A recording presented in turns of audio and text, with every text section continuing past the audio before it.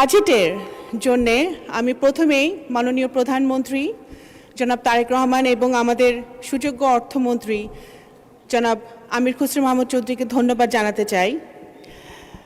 এই বাজেটটি দেখে আমার কাছে মনে হয়েছে যে গত 17 বছর যখন গুম খুন জুলুম নির্যাতন দুর্নীতি টাকা পাচার চলছিল, তখন সুদূরে বসেও মাননীয় প্রধানমন্ত্রী শুধু দলই গোছাননি, সংগঠনই গোছাননি, উনি দেশের জন্য কাজ করে চলেছেন।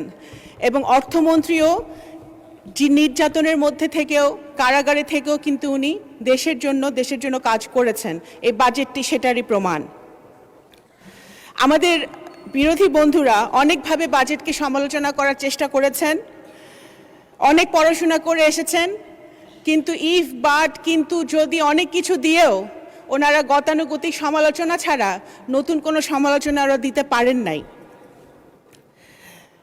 মাননীয় স্পিকার,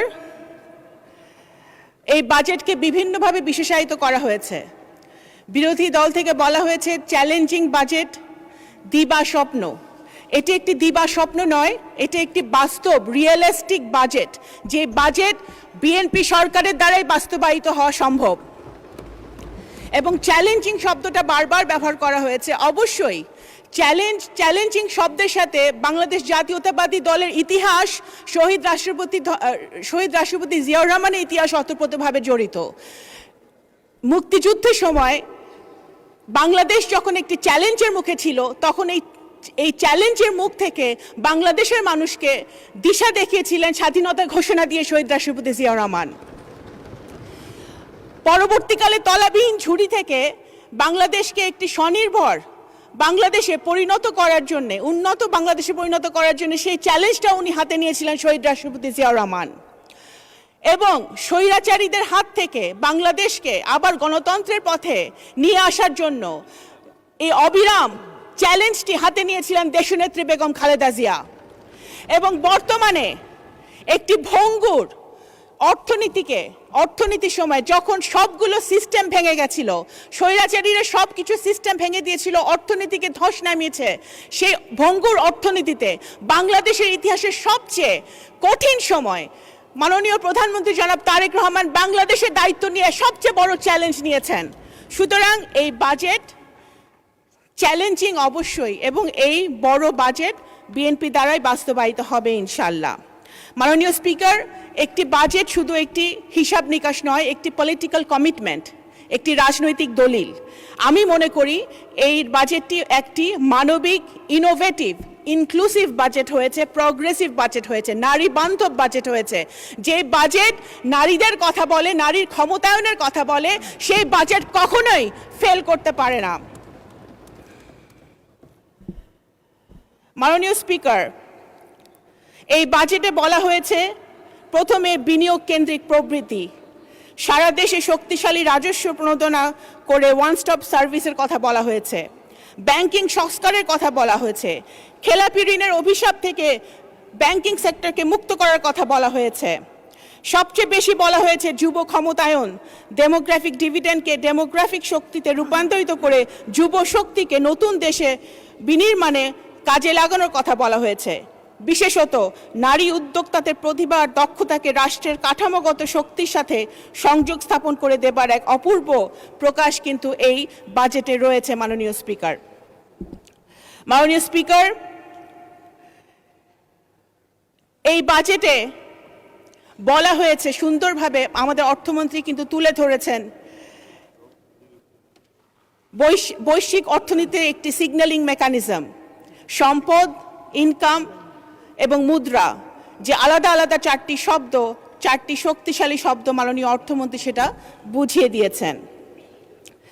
আমাদের এই বাজেটে যদি আমি বড় দাগে যদি হাইলাইট করি, কৃষিতে 12 লাখ কৃষকের যে 10,000 টাকা পর্যন্ত কৃষি ঋণ মৌকুফ, 25.22 লাখ প্রান্তিক কৃষককে বিনামূল্যে বীজ, সার ও উপকরণ, কৃষক কার্ড পাইলট কর্মসূচি, স্বাস্থ্য, হেলথ কার্ড চালুর ব্যবস্থা, রংপুর, খুলনা, রাজশাহী, বরিশাল, সিলেট, কুমিল্লা সহ বিভিন্ন জেলায় শিশু হাসপাতাল চালু।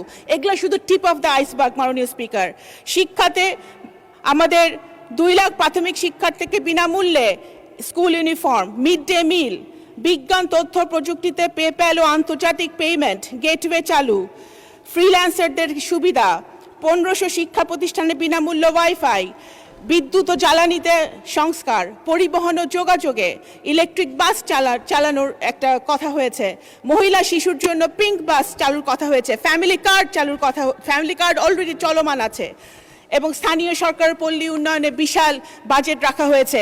এগুলো শুধু এই এই এই ব্যবস্থাগুলো প্রমাণ করে যে এই বাজেট জনবান্ধব বাজেট, যেটা বিরোধী দল থেকে প্রায় বলা হয়েছে শুধু ব্যবসায়ীদের বাজেট। এটা ব্যবসায়ীদের বাজেট নাই, এটা গরিব মারার বাজেট নাই।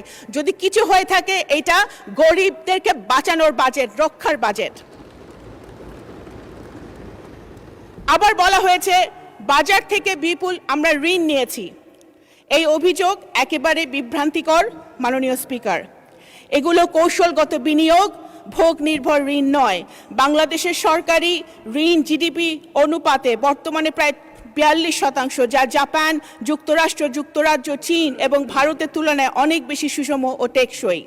এই পরিমিত ঋণ উৎপাদন ক্ষমতা জোরদার করতে, পণ্য সেবার সরবরাহ বাড়াতে এবং বাজার মূল্য, পণ্য ও বিনিয়োগের স্থিতিশীলতা নিশ্চিত করতে ব্যবহৃত হচ্ছে। মাননীয় স্পিকার, আমার সময় শেষ, সময় আপনি দিবেন না, শুধু এতটুকুই বলে শেষ করতে চাই যে এখানে জুলাই যোদ্ধাদের জন্য বাজেট রাখা হয়েছে, সেটা আমরা স্বাগত জানাই। অবশ্যই যদি প্রয়োজন হয় আরও জুলাই যোদ্ধাদের পরিবারের জন্য বাজেট আমার মনে হয় রাখা উচিত, কিন্তু 17 বছরে আমাদের তৃণমূলে হাজার হাজার নেতাকর্মী, গ্রামের গরিব নেতাকর্মীরা যারা নির্যাতিত হয়েছে তাদের জন্য বাজেটে অ্যালোকেশন রাখা প্রয়োজন মাননীয় স্পিকার। এখনো তারা ছিন্নমূল অবস্থায় রয়েছে, তাদের কথা আমাদের ভেবে দেখতে হবে মাননীয় স্পিকার।